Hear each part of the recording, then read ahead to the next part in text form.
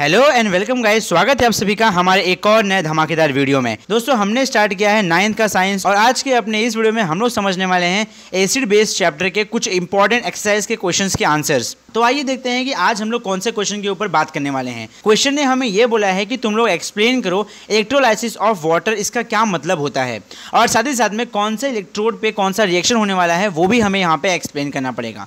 सो आइए देखते हैं फटाफट से इसके सोल्यूशन में हम क्या कुछ लिख सकते हैं। सो सबसे पहला पॉइंट जो मैं यहाँ पे आपको इस क्वेश्चन के आंसर में बताना चाहूंगा वो है, जब भी हम लोग किसी एसिडिफाइड वाटर के अंदर से इलेक्ट्रिक करंट को पास करते हैं। अब ये एसिडिफाइड वाटर क्या होता है? ऐसा वाटर जिसके अंदर हमने एसिड को घुलाया हो। अब एसिड का एग्जांपल आप लोगों को पता ही है, जैसे HCl हो गया, H2SO4 हो गया, ये सब क्या होते हैं? सब एसिड होते हैं। एसिड का बेसिक डेफिनेशन होता है ऐसे सब्सटेंस जो पानी में घुलने के बाद H+ आयन देते हैं, उसे हम लोग कहते हैं एसिड। तो जब मैंने यहाँ पे HCl या H2SO4 ऐसे किसी एसिड को पानी के अंदर घुला दिया है और उसका सोल्यूशन बना दिया है, तो हमने उसे नाम दिया एसिडिफाइड वाटर। तो उस एसिडिफाइड वाटर के अंदर जब मैं करंट को पास करूंगा तो वहां पे वो क्या होगा, वो एसिडिफाइड वाटर डिकम्पोज हो जाएगा ऑक्सीजन और हाइड्रोजन गैस में। यहाँ पे देखिए राइट साइड में आपको एक चित्र दिखेगा। ये चित्र के अंदर आप देखिए ध्यान से, यहाँ पे एक तरफ है एनोड, एक तरफ है कैथोड, और इस एनोड और कैथोड इन दोनों को हमने यहाँ पे इलेक्ट्रिक करंट दिया है। बाहर से देखिए बैटरी का साइन लगा हुआ है छोटा सा, हमने यहाँ पे इसको बाहर से इलेक्ट्रिक करंट दिया है। और जैसे ही हमने इसे इलेक्ट्रिक करंट पास करा, क्योंकि ये पानी कैसा है, ये पानी एसिडिफाइड है, मतलब इस पानी के अंदर कोई ना कोई एसिड डिसोसिएट है। तो जैसे ही इस पानी के अंदर मैं करंट को पास करूंगा, पानी के अंदर जो एसिडिफाइड वाटर है वो एसिडिफाइड वाटर टूट जाएगा और हमें यहाँ पे H2 हाइड्रोजन गैस और O2 ऑक्सीजन गैस लिबरेट होते हुए दिखाई देगी। तो इसी प्रक्रिया को हम लोग कहते हैं इलेक्ट्रोलाइसिस ऑफ वाटर। अब समझते हैं अपने क्वेश्चन का दूसरा पार्ट जो है इलेक्ट्रोड रिएक्शन, मतलब कौन से इलेक्ट्रोड पे कौन से प्रकार का रिएक्शन हमें देखने को मिलने वाला है। सबसे पहले बात करते हैं हम लोग कैथोड एंड की। तो देखिए कैथोड एंड पे हमें कौन सा रिएक्शन देखने मिलता है। अब ये जो एसिडिफाइड वाटर है इसके अंदर देखा जाए अल्टीमेटली पानी तो मौजूद है। तो जैसे ही हम लोग इसको करंट पास करेंगे इस पानी के अंदर, करंट मतलब क्या होता है? करंट मतलब होता है फ्लो ऑफ इलेक्ट्रॉन। ये जो H2O का मॉलिक्यूल है, ये मॉलिक्यूल इलेक्ट्रॉन को एब्जॉर्ब करेगा और इलेक्ट्रॉन को एब्जॉर्ब करते ही ये टूट जाएगा दो टुकड़ों में, और कैथोड के एंड से हमें यहाँ पे हाइड्रोजन गैस निकलते हुए दिखाई देने वाली है।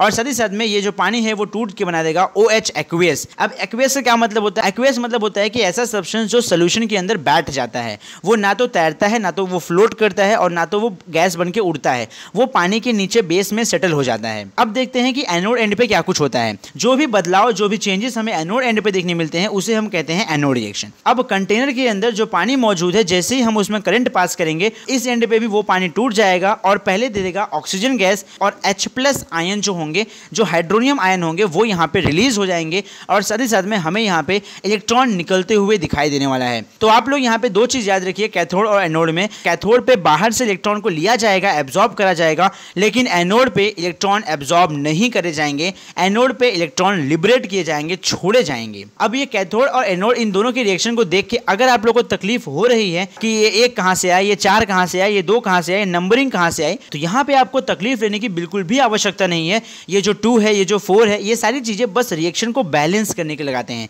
एग्जांपल के तौर पे अगर मैं मार्केट में जाता हूं 1 दर्जन केला लेने के लिए, मैं उस विक्रेता को 1 दर्जन केले का जो अमाउंट होगा, जो प्राइस होगा 50 रुपए जो की है, वो मैं उसको दे दूंगा और मैं उससे एक्सपेक्ट करूंगा कि वो मुझे 50 रुपए जितना मैंने दिया है उतने हिसाब से मुझे वो केला दे, मतलब मुझे 1 दर्जन केला पूरा दे। अगर वो मुझे 1 दर्जन से कम देता है, 10 देता है, मुझे 8 देता है, मुझे 7 देता है, तो क्या मैं उसे एक्सेप्ट करूंगा? यहाँ पे जो तराजू है वो तो अनबैलेंस हो गया ना। मतलब मैंने उसे 50 रुपए दिया, 12 केले का पैसा दिया, लेकिन उसने मुझे सिर्फ 6 केला दिया, तो ये तो नाइंसाफी हो जाएगी ना। तो सेम यही प्रोसेस रिएक्शंस के अंदर भी देखने मिलते हैं। ये देख रहे हैं आप लोग एरो दोनों रिएक्शन के अंदर, ये एरो के दाएं तरफ और एरो के बाएं तरफ, दोनों तरफ जो भी एलिमेंट है, सारे एलिमेंट का कंस्टिट्यूएंट का जो नंबर होना चाहिए वो सेम होना चाहिए, वो कांस्टेंट होना चाहिए। किसी भी तरफ ऐसा नहीं होना चाहिए किसी तरफ कम है, किसी तरफ ज्यादा है। सो उसके लिए हमें इस रिएक्शन को बैलेंस करना पड़ता है, और जब हम किसी रिएक्शन को बैलेंस कर रहे होते हैं तो उसके आगे हमें 2, 4, 6, 8 जो भी नंबर लगते हैं वो हम अपने आप से, अपने हिसाब से लगाते हैं। अब यहाँ पे एक और पॉइंट जो आपको पता होना चाहिए वो ये है, कैथोड के पास जो हाइड्रोजन गैस बन रहा है उसका अमाउंट डबल होगा जो एनोड के पास बन रही है ऑक्सीजन गैस। बिकॉज आप लोगों को पता है, मुझे पता है कि पानी के अंदर हाइड्रोजन और ऑक्सीजन 2 एलिमेंट होते हैं। इन दोनों में सबसे ज्यादा अमाउंट किसका होता है? हाइड्रोजन का होता है। हाइड्रोजन के 2 मॉलिक्यूल प्रेजेंट होते हैं और ऑक्सीजन का 1 प्रेजेंट होता है। तो यही रीजन है कि जो हाइड्रोजन के लिबरेशन होगा होगा हाइड्रोजन की जो गैस निकलेगी वो ज़्यादा निकलेगी क्योंकि उसके मॉलिक्यूल ज़्यादा हैं, लेकिन ऑक्सीजन की जो गैस निकलेगी वो कंपैरेटिवली हाइड्रोजन के कम निकलेगी क्योंकि पानी के अंदर ऑक्सीजन का जो अमाउंट होता है, ऑक्सीजन की जो मात्रा होती है वो कम होती है। अब यहाँ पे आप लोगों को एक लाइन चित्र के रिलेटेड लिखना है,